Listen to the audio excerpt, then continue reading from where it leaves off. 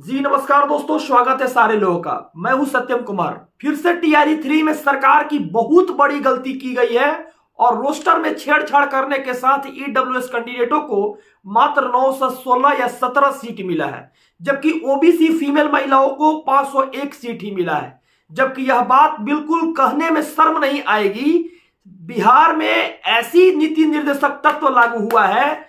जबकि आपको यह बात पता होगा 25,505 सीट पर बहाली हुआ है। इस 25,505 सीटों पर ईडब्ल्यूएस कैंडिडेटों को 10% आरक्षण मिलना चाहिए था, क्योंकि 103 संविधान संशोधन में, जो 103वां संविधान संशोधन हुआ था, उसमें अनुच्छेद 15 और 16 में भाग 6 को जोड़कर 10% आरक्षण का नीति बनाया गया था। यह भारत का संविधान कहता है और सुप्रीम कोर्ट का संवैधानिक पीठ का जजमेंट कहता है, 5 बेंच का जजमेंट कहता है। लेकिन बिहार सरकार के इस तंत्र मंत्र ने और इस ब्यूरोक्रेट्स ने और ये आईएएस अधिकारी ने इतनी बड़ी गलती कर दी है ईडब्ल्यूएस कैंडिडेटों के साथ कि मात्र 917 सीट दिए हैं और सीटों को किस तरह से डाइवर्जन किया गया है, एक्सपेंडेड फॉर्म में बांटा गया है, इसको अभी तक किसी ने ना कागज के जरिए बताया और ना ही किसी प्रकार के विषय वस्तु के जरिए बताया जो सीट आपको नजर आए कि किस सीट को कहां पर बांटा गया है। किसी प्रकार की कागज नहीं आई है। ईडब्ल्यूएस कैंडिडेट के द्वारा पटना हाईकोर्ट में केस किया गया है। केस सोमवार या मंगलवार को फाइल हो जाएगा। लगभग 100 कैंडिडेट से ऊपर जुड़ चुके हैं। मैं आपको बता देता हूं कि 103वां संविधान संशोधन के अंदर जब संविधान संशोधन हुआ था, उसमें ईडब्ल्यूएस कैंडिडेटों को अनुच्छेद 15 और 16 के तहत उसमें 6वें भागों को जोड़कर 10% आरक्षण नीति का पालन करने का बात कही गई है किसी भी बहाली के अंदर देश में। यह भारत का संविधान कहता है और सुप्रीम कोर्ट का ऑर्डर कहता है।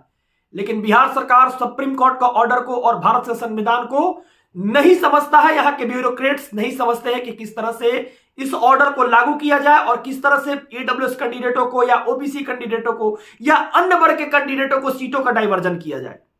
बिहार में यह मुमकिन नहीं है। आपने देखा होगा बीते दिन टीआरई 1, टीआरई 2 और टीआरई 3 पे एक लेटर जारी हुई थी जिसमें 35% आरक्षण नियम का लागू करने का एक नीति बना था, जिसमें से टीआरई 3 में रिजल्ट में पीआरटी में तो दिख गया, लेकिन टीआरई 1, टीआरई 2 में क्षैतिज आरक्षण, जिसको वर्टिकल आरक्षण कहते हैं, वर्टिकल आरक्षण दिया गया है। वो बहाली अभी सुप्रीम कोर्ट के ऑडिट के अनुसार संवैधानिक पीठ का जजमेंट अभी क्या करेगा, ये कमेंट बॉक्स में आप जरूर बताइए, क्योंकि आरक्षण के साथ खेल खाल हुआ है और यहां ऑलरेडी ईडब्ल्यूएस कैंडिडेटों के साथ छेड़छाड़ हुआ है। पटना हाईकोर्ट में 100 कैंडिडेटों से ऊपर कैंडिडेट पहुंच चुके हैं केस करने के लिए। अगर आप भी इस केस में जुड़ना चाहते हैं अपने नौकरी के लिए, पिछली बार कटअप थी 48, इस बार सीट घटाने से कटअप चला गया कितना, 62। अगर वो सीट फिर से लौट कर आता है कैंडिडेट, आप लोग जो है पटना हाईकोर्ट में अगर पहुंचते हैं केस करने के लिए, बहुत लोग कहा कि एक प्लेटफॉर्म नहीं मिला सर कि केस हम कैसे करें, जबकि संवैधानिक पीठ का जजमेंट है। अनुच्छेद 15-16 के साथ जब 107वीं संविधान संशोधन हुआ था, उसी समय ईडब्ल्यूएस कैंडिडेटों को मौका मिला था कि पूरे सीट का 10% आप दीजिए। यह आपके सामने लगातार न्यूज भी दिखा, हमने दिखाया भी। इसके साथ मैं ये कहूंगा, अगर किसी कैंडिडेटों को जुड़ना है ईडब्ल्यूएस कैंडिडेटों के लिए, तो मैं ऑलरेडी आप लोग को बताया था कि वकील साहब से आप लोग डायरेक्ट बात कर लीजिए। मैं नंबर दे देता हूं, आप लोग डायरेक्ट बात कर लीजिए और जाके जुड़ना है तो वही जुड़िए, मुझे कॉल फोन मत कीजिए, आपसे रिक्वेस्ट है। अगर कॉल फोन करना है तो व्यक्तिगत विचार के लिए आप लोग कॉल फोन कर सकते हैं। आप लोग वकील साहब से ही बात करके आप लोग वहां जुड़िए। अगर किसी प्रकार की उसके बाद ट्वीटी होता है तब मुझसे बात कीजिए, मैं वहां पे बात करने के लिए सक्षम हूं। लेकिन इस प्रकार की जो दैनिक प्रक्रिया अपनाई गई है, सरकार बीपीएससी टीआरई 3 को भी अंधेरी गर्त में डाल चुकी है और ये सीट का डाइवर्जन जो है सुप्रीम कोर्ट के जजमेंट के बाद भी, यहां तक संवैधानिक पीठ के जजमेंट के बाद भी 103वां संविधान संशोधन जो हुआ था उसमें इतनी बड़ी चेंजेस की गई थी। इकोनॉमिक जो ईडब्ल्यूएस कैंडिडेट है उनको 10% आरक्षण मिला था, जबकि 17वीं बीपीएससी में 2000 सीट पर हो रहा है एग्जाम, उसमें 200 सीट ईडब्ल्यूएस कैंडिडेटों को मिला है। जहां तक ओबीसी फीमेल महिला को 501 सीट मिला है। 6 से 8 तक में जो सीट मिलने वाला था वो भी डाइवर्जन हो चुका है। तो क्या संवैधानिक पीठ का जो जजमेंट है, सुप्रीम कोर्ट का जो जजमेंट है, जो भारत सरकार के संविधान जो नियम बनाया है, क्या उसके खिलाफ बिहार सरकार है? जबकि इस सीट का कोई भी आता पता नहीं है कहां पर सीट गया। उर्दू कैंडिडेट वाले भी ईडब्ल्यूएस वाले परेशान है कि सर क्या किया जाए, मेरा सीट तो खत्म हो गया। जिन लोगों को इस केस में जुड़ना है हाथ जोड़ कर निवेदन करते हैं, आज तक हमने अपने स्तर से किसी से पेमेंट नहीं लिया है और ना आगे भी मैं लेना चाहता हूं। बहुत लोगों का कहना सर आप अकाउंट जारी कीजिए। भैया माफ कीजिए, आप लोग डायरेक्ट वकील साहब से मिल लीजिए, क्योंकि 2 साल में लगभग 3 से 4 केस ऐसा रहा है जो पेटिशनर्स के ऊपर निकाल के उन्होंने दे दिया है। और आप लोग भी ज्यादा से ज्यादा मात्रा में अगर जुड़ना चाहते हैं, 100 लोग से ऊपर जुड़ भी चुके हैं, अगर आपको जुड़ना है तो जुड़ जाइए।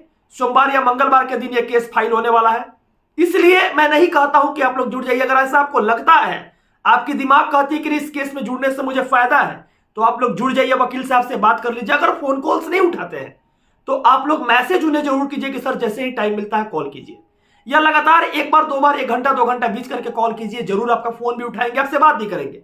लेकिन एक चीज है कि संवैधानिक पीठ को 103वीं संविधान संशोधन को, इसके साथ साथ इतनी बड़ी जजमेंट के बाद भी सरकार जो है खेल खेली है, क्या यह सही है कि गलत है? देखिए सारे बच्चे मेहनत किए हैं, रिजल्ट उनकी आई है, लेकिन इतनी बड़ी चेंजेस जो हुआ है संविधान में संशोधन करके इस नियम कानून को बनाया गया है, क्या बिहार सरकार संविधान से ऊपर है?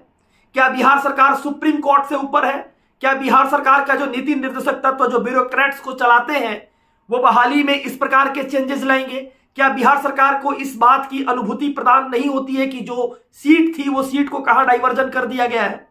यह केवल ईडब्ल्यूएस कैंडिडेटों के लिए नहीं है, ओबीसी महिलाओं के लिए भी है। अगर आप जुड़ना चाहती हैं या ईडब्ल्यूएस कैंडिडेट जुड़ना चाहते हैं तो आप लोगों के लिए मैं हाथ जोड़कर निवेदन किया हूं कि आप लोग वकील साहब से ही बात कीजिए, क्योंकि वही वकील साहब है जो टीआरई 2 में आपको के लिए जो कमी है उस कमी को दूर करने के लिए एक ही समस्या है, उसके ऊपर भी बात होगा।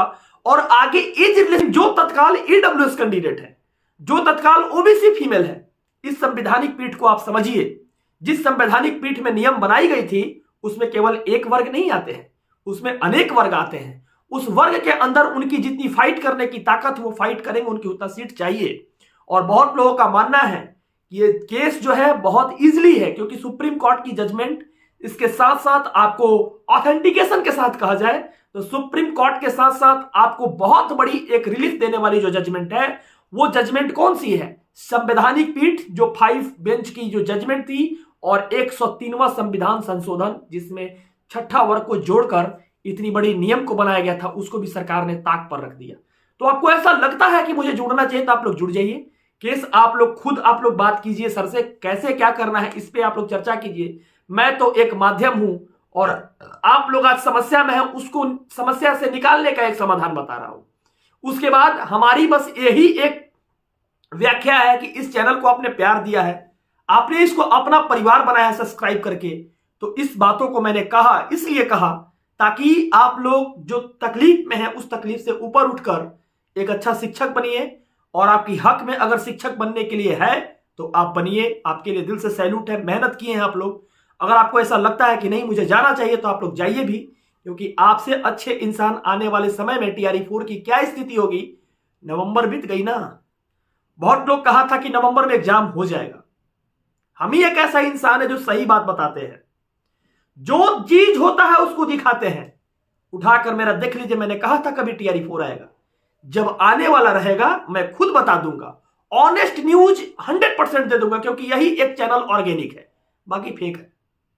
कोई भी चैनल फेक ही नजर आएगा। अकेला इंसान जो बोलता है सचिवालय से लेकर मंत्रिमंडल से लेकर हर जगह बात पहले देख लेता है कि नहीं ये काम करने लायक है कि नहीं, बोलने लायक कि नहीं, तब वो बात को आकर बोलता है, ताकि आप लोग को तकलीफ नहीं हो।